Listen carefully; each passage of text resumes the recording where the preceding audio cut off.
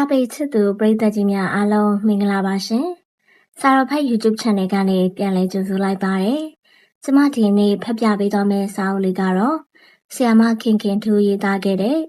တောမင်းသမီးဆိုတဲ့ဝတ္ထုဇာတ်လမ်းရှည်လေးပဲဖြစ်ပါတယ်ရှင်။နားဆင်ခံစားကြည့်ပေးကြပါအောင်ရှင်။ကျမရဲ့ YouTube Channel နဲ့ဒီဗီဒီယိုလေးကိုလည်း Like and Subscribe လုပ်သွားခဲ့ပေးဖို့မြတ်တာရက်ခံပါရစေရှင်။အခန်း29ပျော်ရှာပေါင်းမောင်ရဲ့တော်ထားရအောင်ဘလို့လင်းပြီးမဲ့ရမင်းဆွေကိုမငဲ့နေနိုင်တော်မူအားရတဲ့ပစိုးပိုက်ခါဆောင်ပိုက်ခါလိုက်ပြရစေရွှေနေရိုးရဲ့လို့မှာလိုက်တဲ့စကားလူကြုံကျမဘလို့ယုံရပါပစိုးဝါကြက်ပြပိုက်နဲ့ရွာရိုးကိုပေါလျှောက်တဲ့ကိုလူလဲချစ်သူကိုထုံးတို့မုံဆိုလာအာတာပူစီတဲ့မနက်ခင်းနေထန်းတပြားတသာရောက်မှထနောင်းပင်လာရွာကလဲထွက်ခဲ့ရသည်လဲကဘာကြီးညိုလဲအုပ်အောတန်အေးကခလေးအနီးစားတစ်ထဲကိုခေါင်းလုံအောင်စီးပြီးဆောင်ကျန်းတစ်ထဲလေစိမ့်ကွယ်အောင်ခြုံရင်လိုက်လာခဲ့ရပါ၏ကြီးတို့ကတင်မြင်ခွေထိုင်လက်ကမွေးကင်းစကလေးကိုအနီးထွေးထွေးထုတ်ထားရင်ကလေးမျက်နှာပေါ်နေရောင်နှင့်ဖုံမဝင်အောင်အနီးတစ်ထည်နဲ့အုပ်ဆိုင်သည်ကြီးတို့တယောက်ရွာကထွက်ကလေးကလှဲပေါ်မှာတချင်းတွေတောင်တောင်အီအီဆိုနေခဲ့သည်ဘာကြီးတာညိုကတခါနားကြီးလိုက်တာဟာလို့ငေါက်ပေသည်ကြီးတို့ကအဆိုမပြတ်ကလေးတပွေးပွေးနဲ့ဆိုတော့အုပ်အောတန်အေးငယ်ဘဝတော့ကတချင်းတွေစိုးပြခဲ့ရတာကိုအောင်းမေဟန်တူပါ၏လေးတာညူကလည်းတော့တချင်းဆိုတာဘာပြုလို့တော့ကျုပ်တူမှာမွေးတယ်ကျုပ်မြေးလေးကျုပ်ချော့တာလေဝါကောင်မိုးငငယ်ကကျုပ်တချင်းဆိုပြလို့မင်းသမီးဖြစ်ရတာမဟုတ်ဘူးလားအခုလဲဒီကလေးပစုပ်ပဏီကိုအခုကလေးကဆိုပြမှကြီးလာတော့မင်းသမီးဖြစ်မှာနော်အေးငါမီရီလိုက်ပါအောင်ခစ်ငိုလိုက်ပါအောင်ကြစ်လဲသမားအိုကပြစ်အယူမာနဲ့အုပ်အောတန်ကြီးကကြီးတို့နဲ့ဘာကြီးတာညိုတို့ပြောနေတာကိုနားထောင်ရင်ပြုံးနေမိသည်ဒီခီးကအုပ်အောတန်ကြီးမိကထွက်ပြီးဇက်ခုံပေါ်တက်ရမည်အပြန်ခီးဖြစ်သည်ပြီးခဲ့သည့် 3-4 ရက်ကပဲဆရာကိုတက်ကပြန်နှင့်ပြီးမပြန်လို့လည်းမဖြစ်ပါဇက်ခုံဆိုတာကထမင်းရှင်ပရိသတ်တို့မျက်နာမူရာမျက်နာမော်ရာအခင်းချင်းမဟုတ်ပေလားထမင်းရှင်တို့ကြွေးသောကျေးဇူးကရှိသေးသည်အုပ်အောတန်အေးမီးဖွားနေလို့တဲ့အုပ်အောတန်အေးမပါဘူးတဲ့အုပ်အောတန်အေးဇက်ကနားသွားပါတဲ့အုပ်အောတန်အေးတယောက်ကိုပိုင်ဇက်ထောင်တော့မလို့တဲ့စသည့်ထင်ကြီးစကားတွေထနောင်းပင်လမီးနေခန်းတဲ့အထိရောက်လာခဲ့တာပဲကြည်လေဇက်ထောင်ကကားဆွဲမောင်သိန်းကိုအခေါ်လွတ်လိုက်လို့ကြားရသည့်စကားတွေအကိုနဲ့အမဖြိုင်တူမရှိကြတော့ပွဲကြီးတွေကထင်ရပြောကြတာပေါ့ဗျာတဲ့ကားဆွဲမောင်သိန်းရောက်လာတာကလည်းဇက်ထောင်ကအခြေအနေမေးခိုင်းခြင်းဖြစ်၏မောင်သိန်းပြောမှတခါကရှိခဲ့ဘူးသောစိတ်ကူးကိုပင်သတိရမိသည်အုပ်အောတန်အေးအဖို့ရာနာမည်တစ်လုံးလူတဲ့ကောင်းကောင်းကြီးကြပြီးဆိုကြတဲ့ကကိုပိုင်ဆက်တစ်ဆက်ထောင်ကျင်စိတ်ရှိခဲ့သည်လင်ကပြဆက်နဲ့အော်ပရာစာရေးဆရာမယားကနာမည်ရမင်းသမီးဇက်တကာကလူချင်းမျက်စိနဲ့လှမ်းမျောကြည့်ခြင်းခံရသည့်အနုပညာသည်လင်မယားသူတကာကိုညာကြီးလောက်နဲ့လောက်ကင်ကျွေးမွေးနေရသည့်ဘဝကကျွတ်ချင်ပြီးဇက်သူဇက်သားအနုပညာအခမ်းရှိသူတွေကိုရှားပြီးအုပ်အောတန်အေးအမည်မခန်းပဲပွဲတိုင်းအောင်နာမည်နဲ့ဇက်ကြီးတစ်ဆက်ကိုပိုင်ထောင်ကျင်သည်ပျောက်နေသည့်ဆရာကိုဖော့စုကိုရှာမည်ကိုကောက်ရိုးကိုခေါ်မည်သူတို့နှစ်ယောက်ကကောဘယ်စီများမှာရောက်နေကြပါလဲအုပ်အောတန်အေးမင်းသမီးပီပီဖြစ်လာပြီဆိုကြတဲ့ကမတွေ့ရတော့သည့်ဆရာတွေအစင်မပြေကြရဲ့လားဇက်သူဇက်သားဆိုတာကလည်းတောင်းတာခဲတာပဲအမှုပညာစိတ်ကလေးကိုဖတ်တွဲရင် လုံးလေချက်ပြားရှိရသူက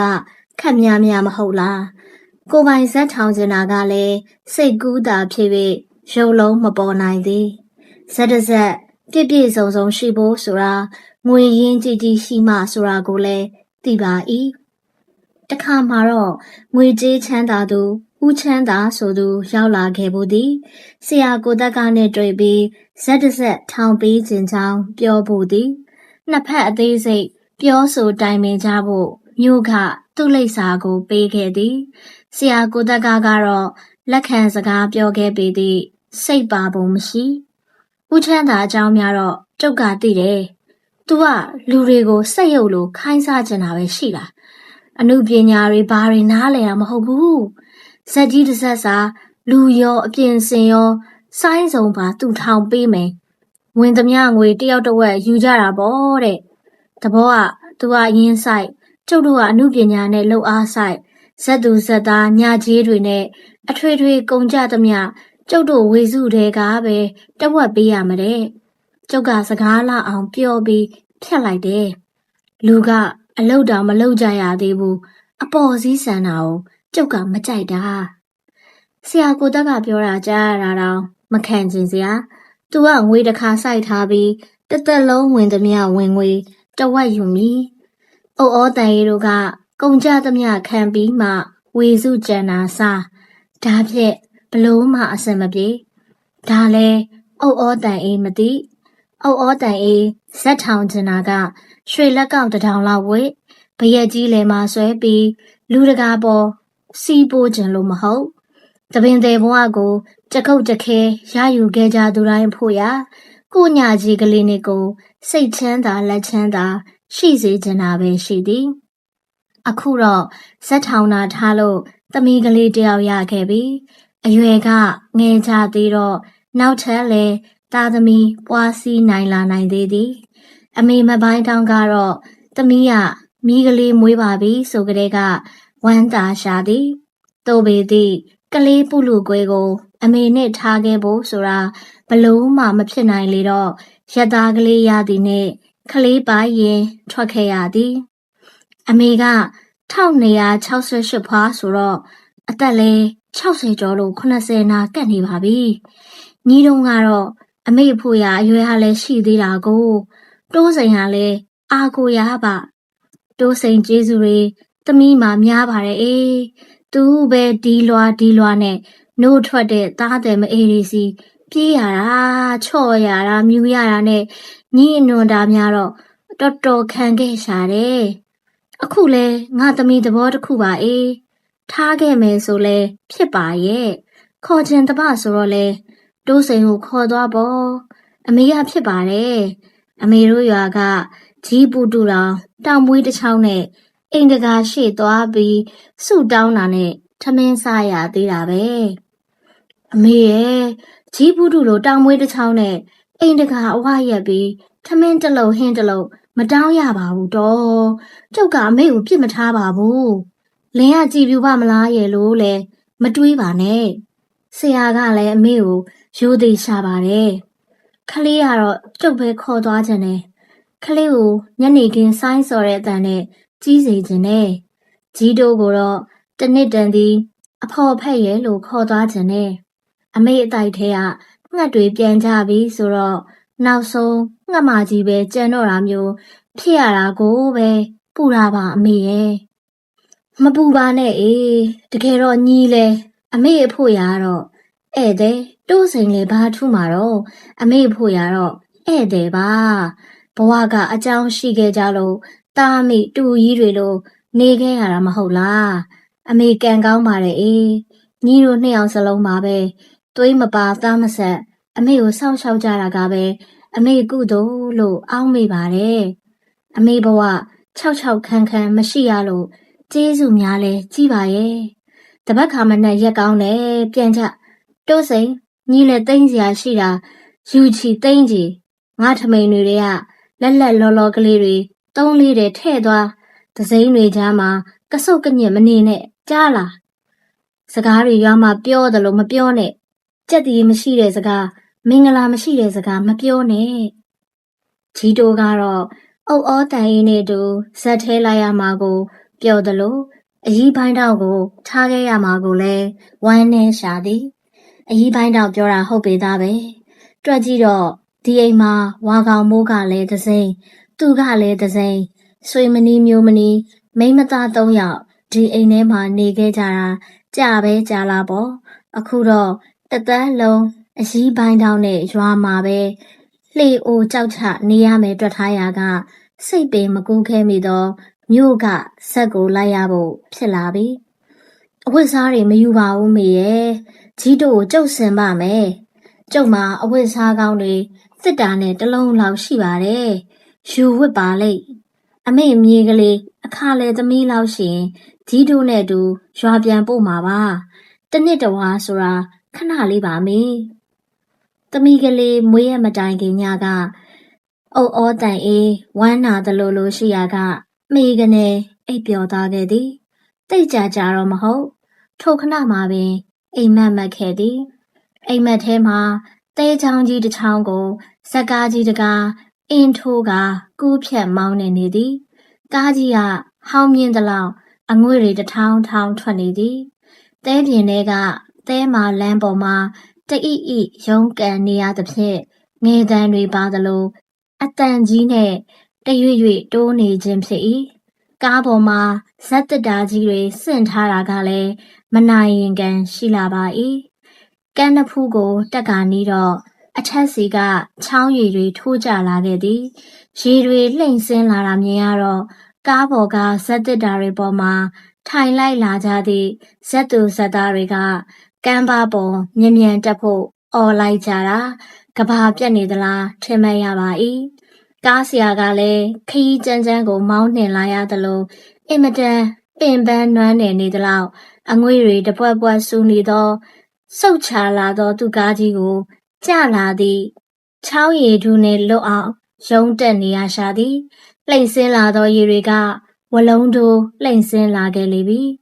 စောစောကပင်ခြောက်သွေ့နေသောချောင်းပြင်ကြီးတစ်ခုလုံးရေလုံးကြီးကျလာသံကားပေါ်ကလူတွေအော်လိုက်ကြသောအတန်တွေရောနှောကပတ်ဝန်းကျင်တစ်ခွင်လုံးကြောက်မက်ဖွယ်အတန်ကြီးမြည်ဟီးလျက်ရှိနေတော့သည်အုတ်အောတန်အေးကကားပေါ်မှာအမြင့်ဆုံးအသားတက်တာကြီးတစ်လုံးပေါ်ထိုင်ရက်ကဘာမှမအော်ပဲထိတ်လန့်တကြားရှိနေခဲ့သည်ချောင်းကဘာပေါ်လှမ်းကြည့်တော့အမေအိုတယောက်မင်းသမီးအဝတ်စားဟောင်းကိုဝတ်ထားပြီးရုံးတက်လာသည့်ကားကြီးကိုလှမ်းကြည့်နေပါ၏မကြောက်နဲ့မကြောက်နဲ့မေးရှိတယ်ငါမျိုးကိုလာဆောင်နေတာညီကလည်းနောက်ကြတကောအေးဒီချောင်းကရေကျလာရင်မြင်းတောင်မလွတ်ဘူးမြင်းတော်ခံကပြည့်မြင်းခွာတစ်ဖက်မလွတ်လို့အသက်ပါသွားတဲ့ချောင်းတော်ဘာချောင်းများမှတ်တော့မြင်းမလွတ်ချောင်းဒါပေသည့်မပူနဲ့အမေကြီးရှိတယ်ကားမလွတ်ရင်အမေကြီးငါမျိုးကိုဆင့်ဆယ်မယ်အော်တန်ဆူတန်တွေကြားကပဲကြားနေရခြင်းဖြစ်၏အုတ်အောတန်ကြီးကအိမ်မက်ထဲမှာပင်အံ့ဩနေရတော့သည်ရေတွေကမော်တော်ကားကိုဝုန်းကနေစောင့်တိုးလိုက်ချိန်မှာအုတ်အောတန်အေးနိုးသွားခဲ့ပါ၏အလိုဘလို့အိမ်မက်ပါလဲဘာသဘောများပါလဲမနက်ခင်းတော့အမေပိုင်းတောင်ကိုပြောပြမိသည်အမေပိုင်းတောင်ကတော့ရေလုံးကြီးချောင်းလုံးပြေဆင်းလာတာနမိတ်ကောင်းပေါ်အေးလို့ပြောရှာသည်ဒီလိုနဲ့သမီးကလေးဖွားမြင်ခဲ့သည်အုတ်အောတန်အေးကဒီလိုများလက်ပြင်မှာစာနီပါနေမလားကြည့်မိသေးသည်မပါပါနာမည်မှဲ့ရတော့မယ်ဆိုတော့ဝိုင်းစင်စားကြသည်အုတ်အောတန်အေးကသူ့အကြားနာခဲ့သောစိတ်ထဲမှာ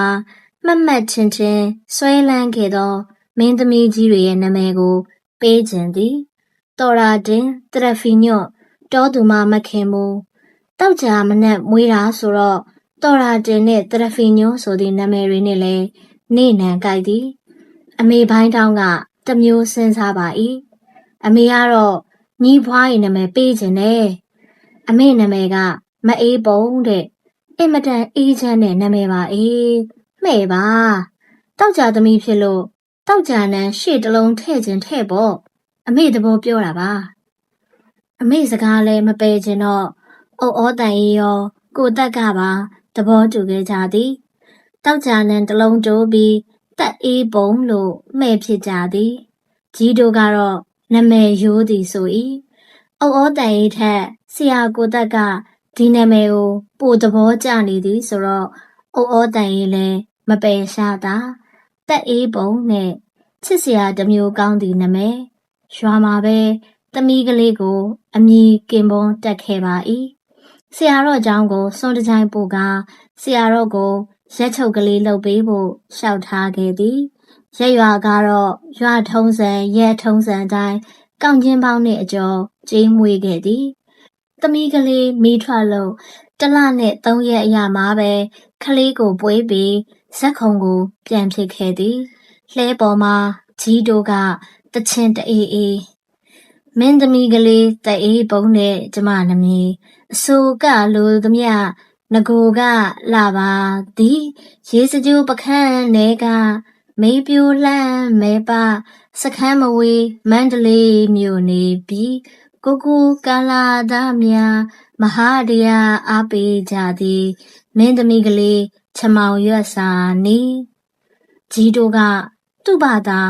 တီထွင်ကဆိုခဲ့ဘူးသောသချင်းကိုပြန်ဆိုနေလို့အုတ်ဩတန်အေးငငယ်က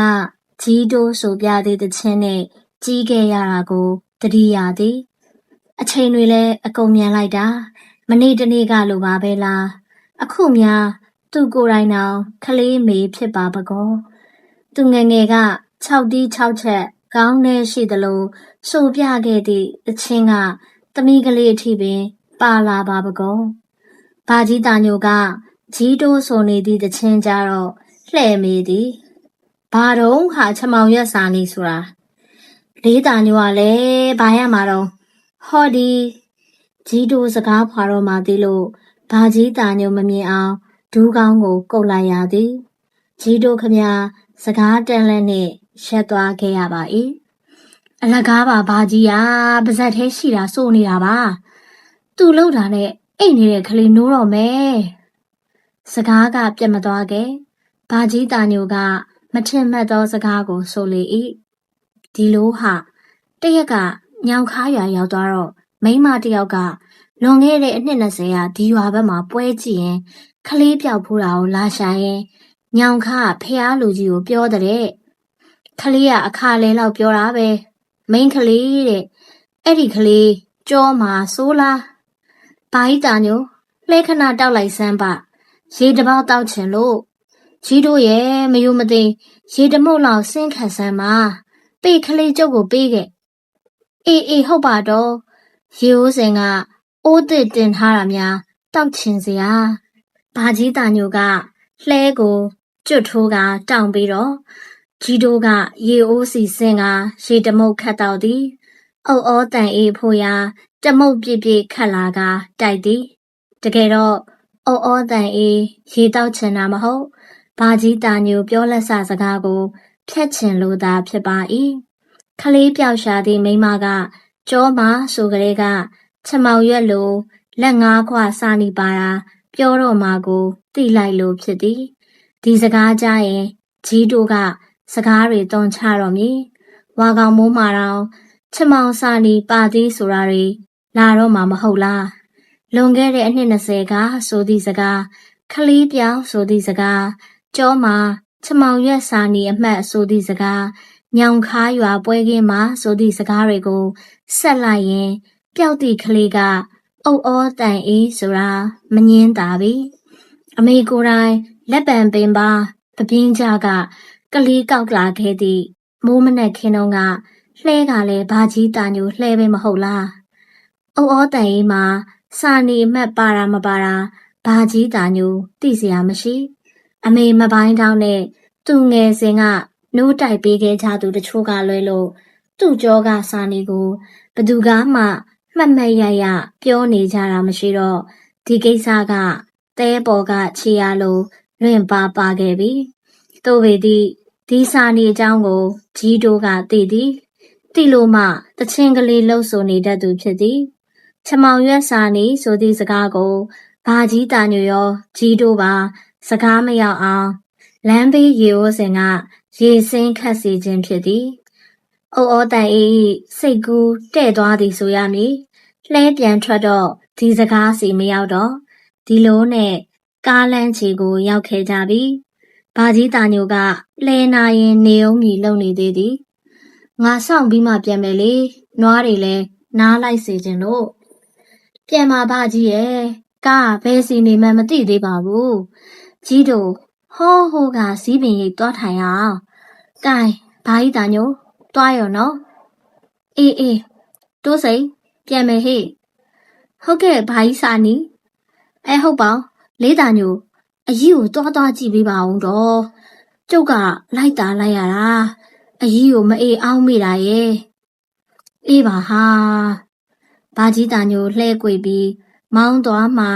နှစ်ယောက်သားစီးပင်ရိပ်ကိုရှောက်ခဲ့ကြသည်ကားတွေကတွားကြပြီလားမလာသေးတာလားကားတွေကအသွားလာရှားပါပေသည့်တကားမဟုတ်တကားတော့ရောက်လာလိမ့်မည်စီးပင်ရိပ်ကိုရောက်တော့ခလေးနိုးပြီးနှက်ခမ်းကလေးတွေတွန်းကားချစ်အော်လေပြီကြီးတို့ကဂျိုထိုးတန်ပေးရင်ခလေးကိုထုတ်ထားသည့်အနီးစာကိုခွာသည်နှုတ်တိုက်လိုက်အောင်ငါနှုတ်တိုက်လိုက်ရမလားကြီးတို့ဟာလေမဟုတ်တာမပြောပါနဲ့စကားတွေကပြောတိုင်းကောင်းတာမဟုတ်ဘူးတခါတည်းပြောထားမယ်ဇက်ထဲမှာလဲသူများကြားမပါနဲ့မလိုတဲ့စကားတွေမပြောနဲ့စကားရောင်းစကားဝဲမလုံနဲ့နော်ငါပါဇက်သာမုတ်ဖတ်ထုတ်တယ်လို့တဲဆက်နဲ့တွေ့လိုက်ပါတော့လားအေးနေရင်လှပြီနှစ်ယောက်သားစည်းပင်ရိပ်မှာတက်အေးပုံကလေးကတော့မအေးနို့ကိုတွေ့ထားလိုက်ပုံများဩတန်အေးရွာကိုမိဖွားရန်ပြန်သည့်ရက်တွေတွင်ဇက်ထဲမှာအပြောင်းလဲတွေရှိခဲ့သည်အမေယူဇနာမက်ခင်စိန်နှင့်အဘဦးရွှေဖိတ်တို့မရှိကြတော့ခြင်းပင်အမေမက်ခင်စိန်ကတခြားဆက်တစ်ဆက်ကိုပြောင်းသွားခြင်းဖြစ်၍ဩတန်အေးဖို့ရာကျေးဇူးရှင်ကိုနှုတ်ဆက်ခြင်းပင်မရလိုက်ပဲရှိခဲ့ရသည်ကြားရသလောက်တော့မင်းသားရဲတင်ကနေသည့်ဇက်ကိုပြောင်းသွားသည်ဆိုပါ၏ဇက်ထောင်ဦးဩဘာကလည်းမတားတော့ချက်ချင်းကောက်ခါငင်ကထသွားခြင်းဖြစ်သည်မင်းသားရဲတင်ဇက်ကခေါ်လိုက်တာလေလားခေါ်လိုက်တာဆိုတော့ညကြီးကောင်းကောင်းပေးလို့နေမှာပေါ့ဒီအတွက်တော့ဝမ်းသာရသည်မင်းသားရဲတင်နဲ့ဩတန်ရေးလဲတန်ရောစင်ဟောင်းစမုံစမွားနဲ့ပင်မစုံဖြစ်ခဲ့ကြတာတော့မင်းသားရဲတင်ကအောက်ပိုင်းဇက်တွေကရင်နာမည်ရနေသလိုဩတန်ရေးအညာရက်မှာနာမည်ရနေတာကလည်းမကြားမရှိကြားလိမ့်မည်သို့သောဩတန်ရေးထံကိုစာတလဲလူတကြုံ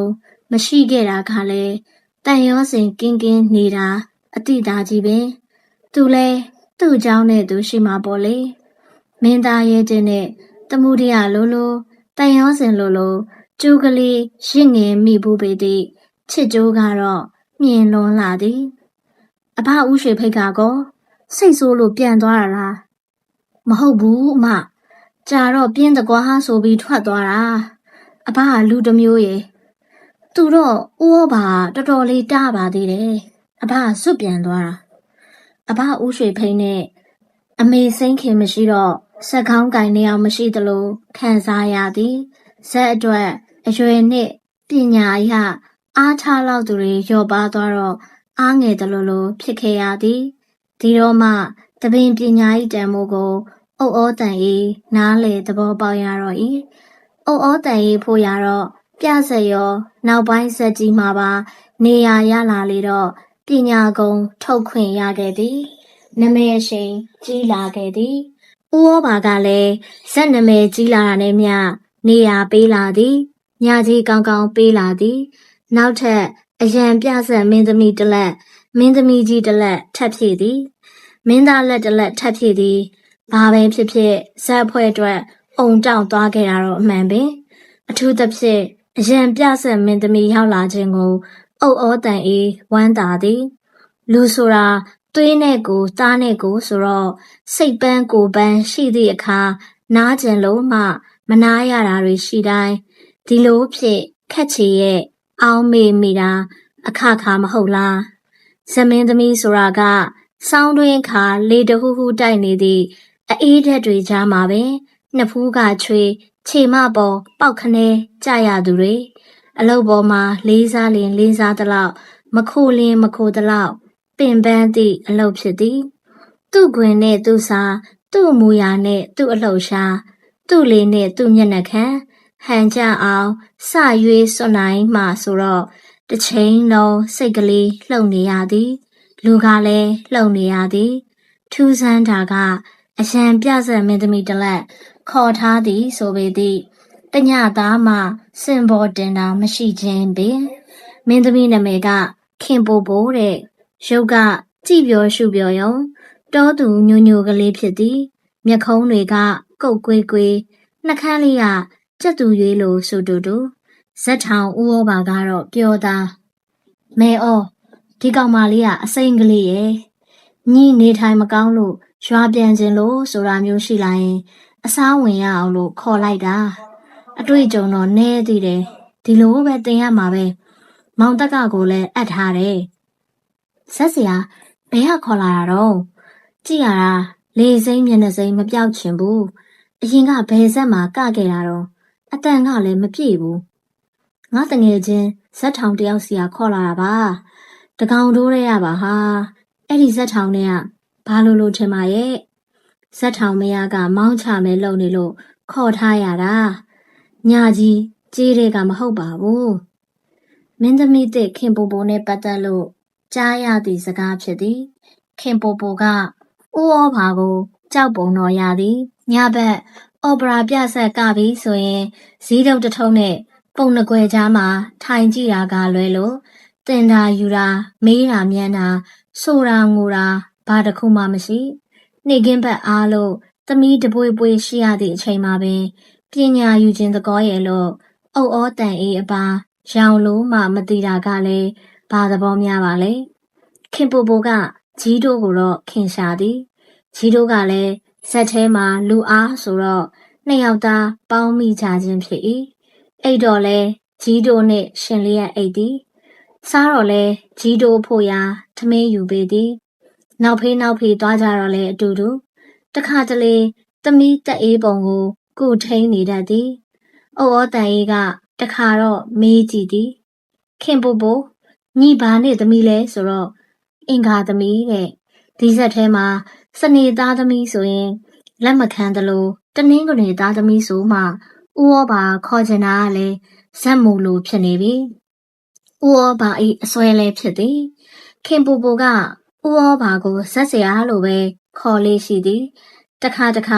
ရွာပြန်ချေအောင်မယ်ဆိုပြီးတပတ်နှစ်ပတ်ပျောက်နေတာများလဲရှိတရက်မှာတော့ဂျီးတိုးစီက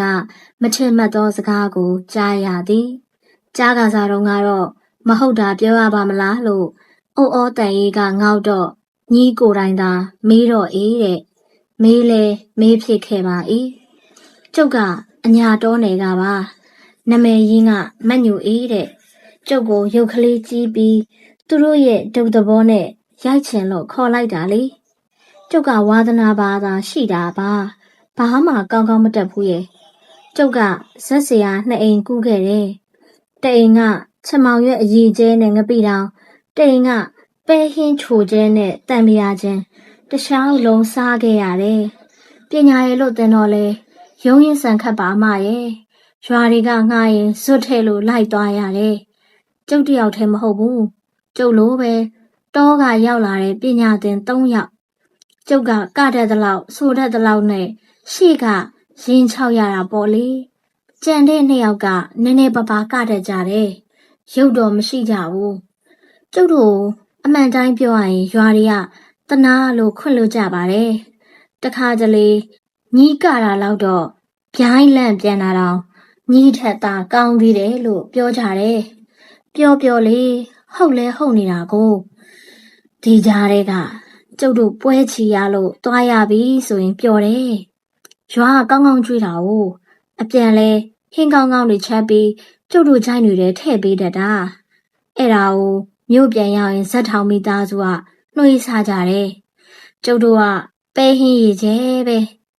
ကျုပ်တို့က900နဲ့လိုက်ရပေသည့်ဇက်ထောင်ကဖြက်ယူတာနဲ့ငွေ90အနိုင်ရတာပါတော်မင်းသမီးကလေးတွေပညာယူရတဲ့ဘဝပါ အမတိလာပေါ့အေးအမဖြစ်ဝက်စာတောင်လဲစုခဲ့ရတယ်တခိုးရိုးဆွတ်တာခံခဲ့ရတယ်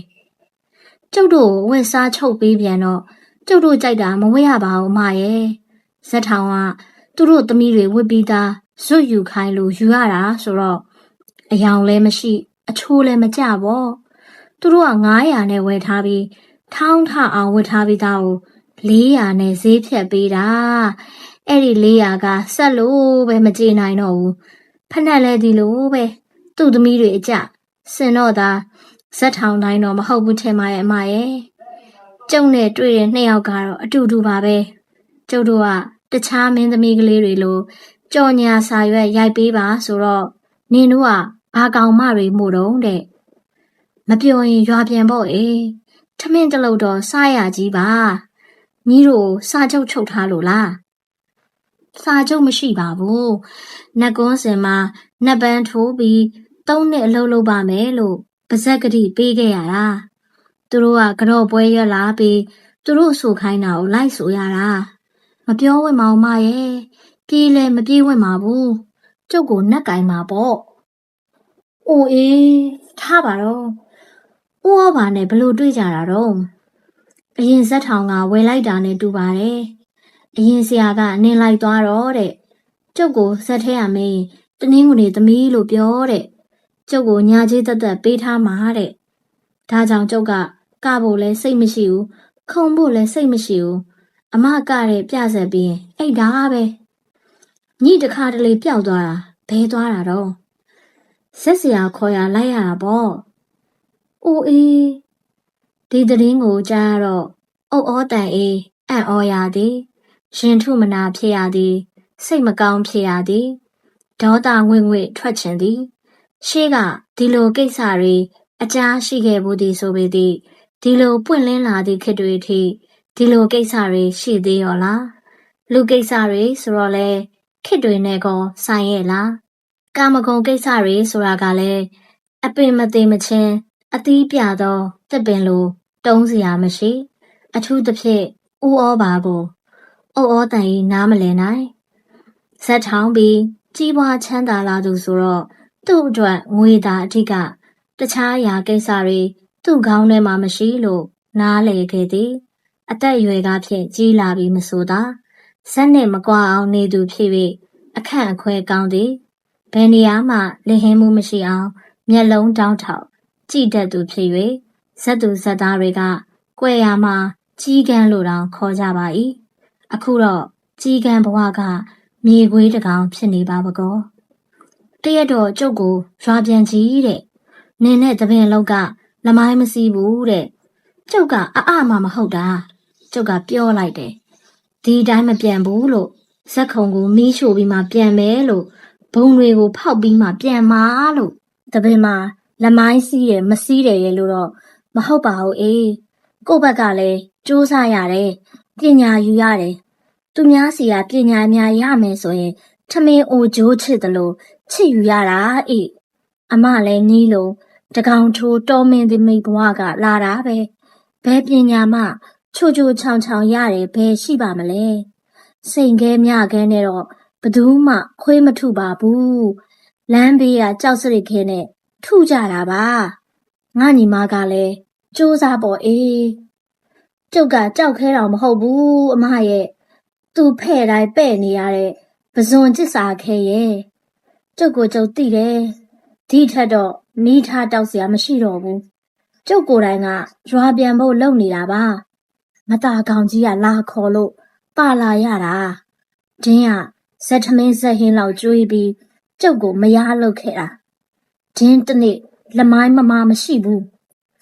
စကားတွေကရှင်းသီးလာတော့အုတ်ဩတန်အေးမကြားဝင်တော့ပြီကြီးတိုးကိုသာစကားရှုပ်တွေမပါမိဖို့တတိပေးရပါ၏မှန်တာကိုဝန်ခံကြည့်ဆိုရင်ဒီလိုဖြစ်ပျက်တွေကဇက်တွေမှာရှိခဲ့သည်ကြီးပင်သားမယားပြုတ်ချင်းသူတွေလက်က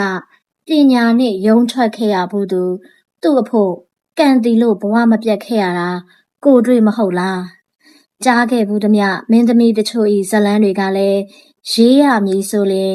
ကောင်းကင်ကိုကြောက်တင်ပုံလုပ်ဖို့သာရှိတော်သည်ကြာတော့လေ ခင်ပူပူဆိုသူကလေးကိုခပ်ပေါ့ပေါ့သဘောထားခဲ့သည်ဒီသတင်းစကားကအငွေ့ပြန်သွားတာတော့မရှိတဖြည်းဖြည်းတဲလောင်လာခဲ့သည်အချင်းချင်းကြားမှာသတင်းကြီးဖြစ်လာခဲ့သည်မိနာအောင်ဖုတ်ထားသောကစွန်းဥတစ်လုံးလိုအပြင်ကအေးနွေ့နွေ့ဆိုပေသည့်အတွင်းအောင်ပူကတင်းခံလျက်ရှိပါ၏အုတ်ဩတန်အေးဖို့ရတော့သမီးကတစ်ဖက်ဇက်ခုံကတစ်ဖက်ဆိုတော့သူများကိစ္စများများကြီးစိတ်မရောက်နိုင်တော့ပြီဇက်ထဲမှာလေကြာတော့အသစ်ဖြစ်ရသောပြဿနာတွေကြောင့်ဦးဩဘာနဲ့ခင်ပိုပိုတို့ပြဿနာကမင်းမိန်သွားခဲ့သည်တစင်ကတစင်တနယ်ကတနယ်ကူရသည့်ဇက်ရာသီတွေတွင်မှာပဲသမီးကလေးတက်အေးပုံခမလူးလွန်ခဲ့ရပါ၏အဖေနဲ့လဲတူမအေနဲ့လဲတူသူကလေးဆိုတော့ဇက်ထဲမှာလူတကာကချစ်ကြသလိုလူတကလက်ပေါ်ကြီးရရှာသည်တလက2လကကူလို့6လပြီပြီရှိလာတော့မင်းသားမင်းသမီးကရာကိုကြည်ရင်လက်လှုပ်ချေလှုပ်ရှိလာခဲ့ပြီဆိုင်းတန်ကြတော့ဆိုင်းဝိုင်းထဲသွားဖို့ပူစာတိုက်တတ်သည်ကြီးတို့ကတော့သမီးကလေးအခါမလဲခင်ရွာကဖွားရီကြီးကိုတစ်ခေါက်ပြန်ပြချင်ဦးမယ်ဆိုပြန်ပါ၏အုတ်ဩတန်အေးကခွင့်မပြုသမီးကိုကြီးတို့နဲ့အတူရွာဝေးမြေဝေးထည့်ပေးလိုက်ဖို့ကိုစိတ်မချနိုင်အခါလဲမွေးရကြရင်ရွာပြန်ကြတာပေါ့ကြီးတို့ရဲ့ရွာเจ้าမှာအခါလဲပြည့်စွန်းလေးတွေးရင်တစ်ခေါက်တစ်ချင်းပြန်ကြသေးတာပေါ့ကျုပ်နဲ့မှပြန်มาကြီးတို့ရဲ့ကလေးတစ်ဖက်နဲ့ပြန်มาပါကျုပ်ဖြစ်စိတ်လဲမချပါဘူးညီကိုငါထိန်းခဲ့တာပါဝါကအိုးရဲ့ညီကလေးကြမှာဘုံထက်လကွင်းမตาခြင်းစမ်းပါနဲ့ငါဘာတော့ပြန်လဲမမီထီးတင်ပွဲလဲမမီဖြစ်မှာဆိုတာညီမေဦးညငါအိမ်မက်တယ်နေမကောင်းရလားမပြောတတ်ဘူးအိမ်ရင်ကဖြက်ခနဲနိုးတော့ငါမှငိုရတာအေးညီကလေးကိုအကြီးမမြင်လိုက်ရမှာစိုးတယ်တပင်သေးစကားအယူစကားကြီးတို့ကတော့လေမဟုတ်တာများတဲပြီးပြောတတ်တယ်ငါကတပင်သေးမဟုတ်ဘူးအိတ်ညီပြောပုံကငါ့ကိုအယူစကားလို့ပြောတာပေါ့လေဒီလိုကြတော့လေကြီးတို့ကအလေသားကြီးတို့ခမအုတ်ဩတန်အေးအနွန်တာကိုတခြားလုံးခံခဲ့ရသူဖြစ်၏ဇက်ထဲလိုက်လာတော့လေ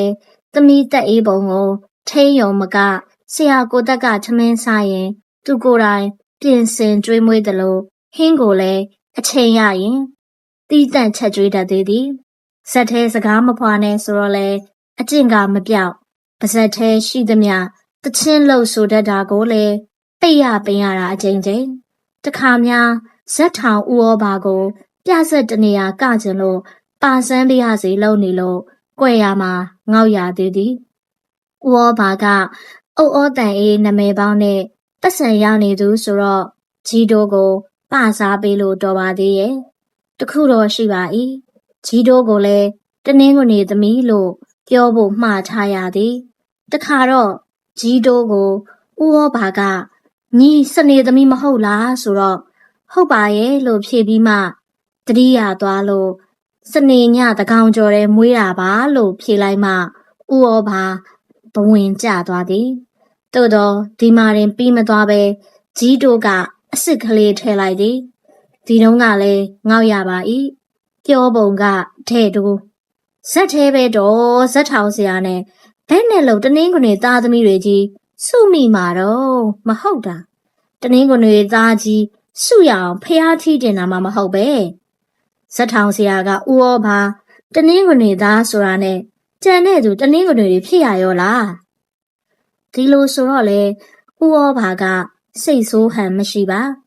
အုတ်ဩတန်အေးဖို့ရတော့ဇက်တွေထဲလိုက်တော့မှလူစရိုက်တွေနားလေခဲ့ရသည်လူသဘောတွေသိခွင့်ရခဲ့သည်လူမနောထွေထွေကိုသဘောပေါက်ခဲ့ရသည်အမေကြီးပဒုံပြောဘူးသည့်စကားမှန်လိုက်တာလူတွေကစိတ်ကြောင်းပဲကို့သားသမီးကိုစွန့်ဝင်ကြတယ်စိတ်ကြောင်းပဲလူတယောက်ကိုဖက်ရွက်တရက်လိုသဘောထားနိုင်ကြတယ်စိတ်ကြောင့်ပဲရက်ဆက်ကြတယ်ကုသိုလ်စိတ်ကိုစိတ်ကားပဲဥဆောင်တယ်လို့အကုသိုလ်စိတ်ကိုစိတ်ကားပဲမွေ့လျော်စေတယ်တဲ့မှန်လိုက်တဲ့စကားလှမင်းအောင်ဆက်နေရာရလာတာနဲ့မျှ ပွဲကူတွေများခဲ့သည်တညာလုံးဇက်ကားကြတနေ့လုံးလိုဇက်ကားကြီးစီးပြီးကရမဲ့မြို့တွေကပြရမဲ့ရွာတွေကိုရောက်ပြန်တော့နေရာထိုင်ခင်းချရပြန်သည်ညဘက်ကရမဲ့စားတွေအဆိုးငိုတွေနှွေးရပြန်သည်နေပူမိုးရွာလေပူကြီးထပုရုရာသည်မမှန်သမျှဇက်သူဇက်သားတွေခမတွားရသည့်ခီးအတွင်ဖျားကြနားကြရပါ၏ဖျားလို့နာလို့ကိုယ်ဝင်ကိုယ်တာသူတစ်ပါးလွှဲလို့မရသည့်ပရိယေတနာမျိုးဆိုတော့ပြောတန်ကြားလို့မှတရားမနာနိုင်အိုးကွဲနဲ့လှေကွဲလို့လှဲ့ကားပဲ့ကားသုံးတော့မှအရာမထင်သည့်ဘဝတွေမဟုတ်လားလူကြီးတွေကဥရုဒံခံနိုင်ကြပေသည့်ဇက်ထဲမှာမိဘနဲ့တူတကောက်ကောက်လိုက်နေရမည်ဥမမဲစာမမြောက်အရွယ်ဆုံးကလေးတွေဖို့ရာခံနိုင်ကြတာမဟုတ်တော့အရွယ်နဲ့မမျှယောဂဝေဒနာတွေကပ်ညီကြရသည်တချို့လည်းဖိတ်ဖိတ်ဆင်ဆင်ရှိကြလို့ရောက်သည့်ရွာမှာမြုပ်ထားခဲ့ကြရတာလည်းရှိသည်ဝေဒနာတိတော့မှဆေးမရှိလေတော့ငန်းဆေးနဲ့ကုန်းရွက်ရည်ကိုသာရေလဲနဲ့ပြီးကြရသည်ဖျားနေသည့်ကလေးကိုရင်ဝယ်ပိုင်းရင်ဇက်ကားကြီးတွေပေါ်ကပူပူလောင်လောင်နေအောင်ဆုစုအောက်မှာနေကုန်နေခမ်းရှိကြရပြန်၏စားချိန်ကျော်လို့တအီအီငိုကြသောကလေးတွေယောဂဝေဒနာကြောင့်တကြည်ကြည်ငိုကြသည့်ကလေးတွေတငယ်နက်နက်ဖမ်းစားလို့မျက်လက်လန်နေကြသည့်ကလေးတွေသမီးကလေးတက်အေးပုံကတော့ကောဇက်သမသမီးပဲမဟုတ်လားဘယ်လွတ်နိုင်ပါတခါများသမီးကလေးတက်အေးပုံအပြင်းဖြားသည်အဖျားသွေးကလေးဝင်တကောရဲ့လို့ခါတိုင်းလိုပင်ရေဘက်ကလေးတိုက်ရောဆေးတမဲခွန်ယုံဖြင့်ပြီးလိမ့်မည်ထင်ခဲ့ပါ၏သမီးကပို၍ပင်အပူကြီးလာခဲ့သည်မိန်းရာကကြောင်ကဒန်းရှိလာသည်နေပူလေပူမိရာကဖြစ်ရသည်အပူရှက်လေသလားလို့တွက်ပြီးရေအေးဘက်ဖြင့်တကိုယ်လုံးပွတ်တိုက်ပေးရသည်တအောင်တော့အေးတလိုလိုရှိသာနောက်တော့ဝမ်းခိုင်ရင်ပူနှလုံးခုန်ယုံမကကတွင်ကလေးတဟဟဖြစ်လာလို့စိုးရင်ရပြီမျက်လုံးကလေးစိုက်ချင်လာတော့မှဇက်ကားကြီးပေါ်ပစ္စည်းတွေတင်နေသည့်ကြားကပင်ရွာထဲကဆရာ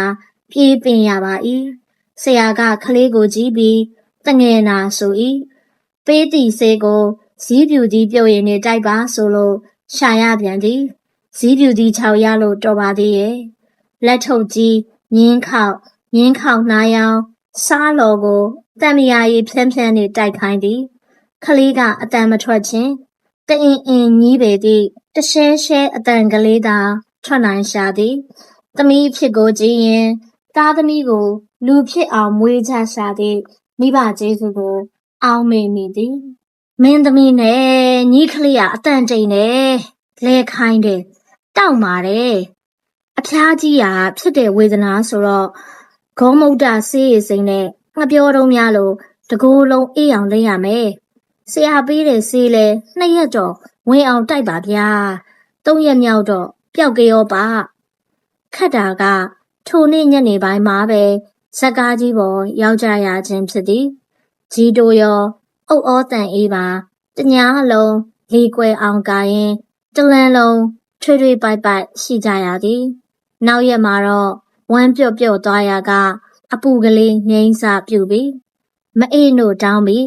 ဒီလိုဖြစ်ရတာတွေများလာတော့ခလေးကိုအမေစီပို့ရကောင်းမလားလို့စဉ်းစားရပြီအမေစီမှာဆိုတော့ခလေးအတွက်လည်းစိတ်ချရမည်အမေခမကြီးတို့ရှိတော့အဖော်ရမည်ဆရာကိုတက်ကကိုတိုင်းမင်းတော့ကျုပ်ကတော့သမီးတွေမကဘူး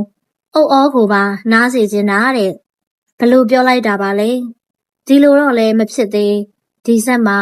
အုတ်ဩတန်အေးမပါလို့ကတော့ဇက်ကငုတ်တုတ်ထိုင်နေုံပွဲကြည့်ပြိတ္တကလည်းအုတ်ဩတန်အေးပါလို့လူဆွဲနဲ့ဇက်ငားကြတာမဟုတ်လားဒီတော့သမီးတက်အေးပုံကိုပဲအမေစီပြန်ပို့ကြဖို့ပင်သို့တော်လဲသမီးကိုမပို့ခင်ရက်တွေအတွင်းဇက်ခုံမှာမထင်မှတ်ပဲမထင်တာတွေဖြစ်ခဲ့ရသည်တရင်ဝါလာကျွတ်ပြီးစားရက်တရက်တခုပင်ဆိုသည့်ရွာကြီးမှာကရမိပထမညဥဩဘာမရှိမင်းသမီးမတ်ချက်တေးခေါ်ကြသည့်အရန်ပြဆက်မင်းသမီး ခင်ပိုပိုတယောက်သာမျက်နှာချီဖုံးနေအောင်လိမ့်ပြီးတနေရာကတနေရာလိပ်ပြာလိုကူးနေခဲ့သည်။အော်အော်တန်ရင်နဲ့မင်းသမီးကြီးတချို့ကအတူစုထိုင်ရင်လက်ဖက်တအိတ်နဲ့စကားတွေပြောနေကြသည်။ဒီလူစုစုရှိရာကိုခင်ပိုပိုရောက်လာခဲ့သည်။လက်ထဲမှာအဝတ်အိတ်တအိတ်ပါလာခဲ့ကမင်းသမီးကြီးတွေနာဖုတ်ခနဲချသည်။ရှက်တေးမှာဘာတော့ဟဲ့ညိထုတ်ကတလှုပ်လှုပ်နဲ့မင်းသမီးကြီးဒေါ်လုံးဆယ်ကမေးတော့ခင်ပိုပိုကပြုံးတမဲမဲနေဖြစ်သည်စပက်ကြီးမွေလေအမေရဲ့ကျုပ်ဝယ်လာတာချစ်တဲ့သူယိုစတိုးလုံးမလို့အိုအေးမဟုတ်တာဇက်ခုံတဲ့မွေယူလာရတယ်လို့မလောက်ကောင်းမပြုတ်ကောင်းအားလုံးကအဝတ်ထုတ်ကိုမျက်လုံးရောက်ကြပြီစပက်ကြီးမွေတဲ့ဘာသဘောပါလဲခင်ပိုပိုကအထုပ်ကိုလိုက်ဆန်းရင်ကြောက်တလို့လို့ယွန့်တလို့လို့ဘသူမှမထီတလို့လို့မျက်နှာပြီးနဲ့လုံနေတာကိုအုတ်အောတန်အေးဖြင်းကနေဖြစ်သွားခဲ့သည်ညီကဘာလုပ်တာတော့အေးလူကြီးတွေကိုမလေးမစားနဲ့ဘာစပယ်ကြီးမွေတော့ဘယ်ချစ်သူယိုညီကစတိုးထိုးချင်တာတော့အေးနေစမ်းပါအေးအခုတလောညီကြည့်ရတာနရိုင်းများတခင်ကိုပြန်ဝေ့ကျင်တာလို့လုံနေတာကရောဘာသဘောတော့ဇက်ထဲမှာညီထက်အတွေ့အကြုံကြီးကြတဲ့သူတွေကြီးအေးကျုပ်ကစတာပါတော့စပက်ကြီးငွေမဟုတ်ပါဘူးရွာထဲကရုံးတကောင်ဝယ်လာတာပါဒီမဲ့ကြည့်ပါလားခင်ပိုပိုကဖြင်းအိတ်ကိုကျိုးဖြေပြီးပြသည်ရုံမွေးမွဲတကောင်မျက်လုံးတွေကခိုသွေးရောင်တောက်လို့ရုံကငုံကြည့်နေကြသောမင်းသမီးတွေကိုထိတ်လန့်တကြားကြည့်နေရှာပါ၏မင်းသမီးကြီးတွေအားလုံးလိုရုံကိုမြင်တော့ထခုံမတက်လန့်ဖြတ်သွားကြသည်ဖွာဟဲ့ရုံအိုအေးမကြံကောင်းမစီယာဇက်ယုံတဲ့ဇက်ခုံနဲ့ရုံเจ้าတောင်နှုတ်ကမပြောရတာညီကရုံကောင်အကောင်လိုက်ဝယ်လာရသလားမိုက်ပါအေးဇက်ခုံနောက်ပေးတွားလွတ်လိုက်စမ်းပါအေးဇက်ထောင်သိရင်ညီကြောကွယ်လိမ့်မယ်အော်အော်တန်ရေးပင်နားမလဲနိုင်စပကြီးမွေဆိုတော့ကတော့ယွန်လို့ပြောကြတာပဲရှိသည်ရုံကောင်ဆိုတော့မှမင်းသမီးကြီးတွေထိတ်လန့်ကုန်ကြတာကိုနားမလည်နိုင်ခြင်းဖြစ်၏မေးတော့မှဇက်ခုံမှာရုံအကြောင်းမပြောရသည့်ရှေးစင်လာရှိသည်ရုံကောင်ယူမလာရသည့်အယူအဆွဲရှိကြသည်တောဆက်နဲ့နီးလို့ဇက်ခုံနောက်ဖေးကရုံတကောင်လမ်းမဝင်လာလင်းပင်တယောကင်မုန်းရီပတ်တရစ်ရီဖြန်းပြုတ်ကြရသည်ဆိုပါ၏မင်းသမီးကြီးတွေကဝိုင်းစုကြတော့မှခင်ပိုပိုကရုံထည့်ထားသည့်ဖြင်တုပ်ကိုကိုင်းရင်ဆူဆူအောက်ထွက်သွားခဲ့သည်ဒီတော့မှခင်ပိုပိုကျိန်းဝါခဲ့ဘူးတာကိုဖြက်ခနဲသတိရသည်ကျုပ်ကဇက်ခုံကိုနီးရှို့အောင်ပါတဲ့ဘုံတွေကိုဖောက်ပစ်ခဲ့အောင်ပါတဲ့အခုတော့ရုံတထုပ်နဲ့ပြက်ရာပြက်ကြောင်းပြုကျင်ရော့လားအော်အော်တန်ရေးပင်မကြားဘူးသည့်ရှေးယုံကြည်မှုကိုခင်ပိုပိုဘယ်ကကြားလို့ရုံတကောင်တကူးတကဈေးပေးဝယ်ခဲ့တာလေအော်အော်တန်အေးချက်ချင်းထပြီးလိုက်တော့ဇက်ခုံနောက်မှာခင်ပိုပိုကိုရက်လျက်သားတွေ့လိုက်ရ၏လက်ထဲမှာရုံသေးတကောင်ကိုကိုင်းလို့တကောင်လုံးကြည်မွနေသည့်ယုံကသွေးတွေရွှဲရွှဲဆိုလျက်ရှိ၏ညီတက်ပြစ်လိုက်တာလားဟုတ်တယ်ကျုပ်ဟောဒီနောက်ဖေးတကားတိုင်နဲ့3-4ချက်ဆင့်ရိုက်ပြစ်လိုက်တာအိုးထိုနေ့ကအစင်လာမပြတ်ဇက်ခုံမှာကတော့ပွဲထိုးသည်သာသနာတော်ပွဲတစ်ပွဲနှင့်အတူခရီးခတင်အကူအတန်းရှိရသောဆက်သမားတို့ယုံကြည်ရာနေတော်ရှင်ပေတော်ရှင်ပွဲတစ်ပွဲထိုးကြခြင်းဖြစ်သည်နေတော်ရှင်ပေတော်ရှင်ပွဲထိုးပြီးဆိုရင်အုံဒီတစ်လုံးငပြောသည်နှစ်ဖီးဖျောင်းနှင့်အမွေတိုင်းပန်းပေါင်းစုံစေးဘောလိတ်တစ်စီးပိုလိုစီကရက်တဘူကွန်ဒီထုံစေးစားမထည့်ရသည့်အကျော်ဆုံးတစ်ပွဲဖြင်ပြူဖြင်ဒီစသည်တို့ပါရသည်အမွေနဲ့သာပတ်၍နေတော်ရှင်ပေတော်ရှင်တို့ကိုဘေးမတန်းရံမတန်းရှိရအောင်စောင့်ရှောက်ဖို့အပ်ရသည်ဒါမျိုးကပွဲဥညတွေမှာပြုလုပ်လေရှိကြပါ၏အကြောင်းတွေကပဲတိုက်ဆိုင်လေသလားရှေးသမစင်ယုံကြည်ဆွဲလန်းတွေကြောင့်ပဲလားညီသူမှဧကံဧကမပြောနိုင်သည့်အကြောင်းတွေ ဖြစ်လာခဲ့သည်ဘလို့ကဘလို့ရဲ့မပြောနိုင်ပဲဇက်ခုံပုံနှကွယ်စားကိုမီးစဆွဲရာကဇက်ခုံတစ်ခုလုံးကလောင်စာတွေကိုမီးကူးဆက်သွားခဲ့သည်တချို့ကမလို့သူတယောက်ယောက်ကရှို့တာတဲ့တချို့ကသူ့လိုမီးထဆွဲတာတဲ့ဝိဝါဒအမျိုးမျိုးကိုနားမဆိုင်နိုင်ကြီးတို့ကတစ်တာနှလုံးကိုတစ်ဖက်တစ်ချက်ဆွဲအုပ်အောတန်ကြီးကခလေးကိုပွေးရင်ဇက်ခုံအပြင်ရောက်အောင်မနှဲပြေးထွက်ခဲ့ရသည်ယောက်ျားသားတချို့နဲ့တူဆရာကိုတက်ကတော့အားလုံးမီးကိုမငိမ့်နိုင်ကြတော့လူအိုလူမင်းတွေကိုပွေထုတ်ကြရသည်ခလေးတွေကိုရှာဖွေကဆွဲထုတ်ခဲ့ကြရသည်ဇက်သမားတို့ဖို့ရာကောင်းရာပစ္စည်းကလေးတွေပုံထားကြရင်မီးလောင်နေသည့်ဇက်ခုံကိုခက်ဝေးဝေးကငေးကြည့်နေရတာလောက်စိုးသည့်အဖြစ်မရှိနိုင်တော့ပြီကြီးတို့ကတော့ကြောင်ကတန်းရေရွတ်နေခဲ့သည်လမိုင်းမားတာငါတွေ့တယ်မီးကပုံနှကွယ်ဖားလျားစာကိုအလိုထဆွဲတာငါတွေ့တယ်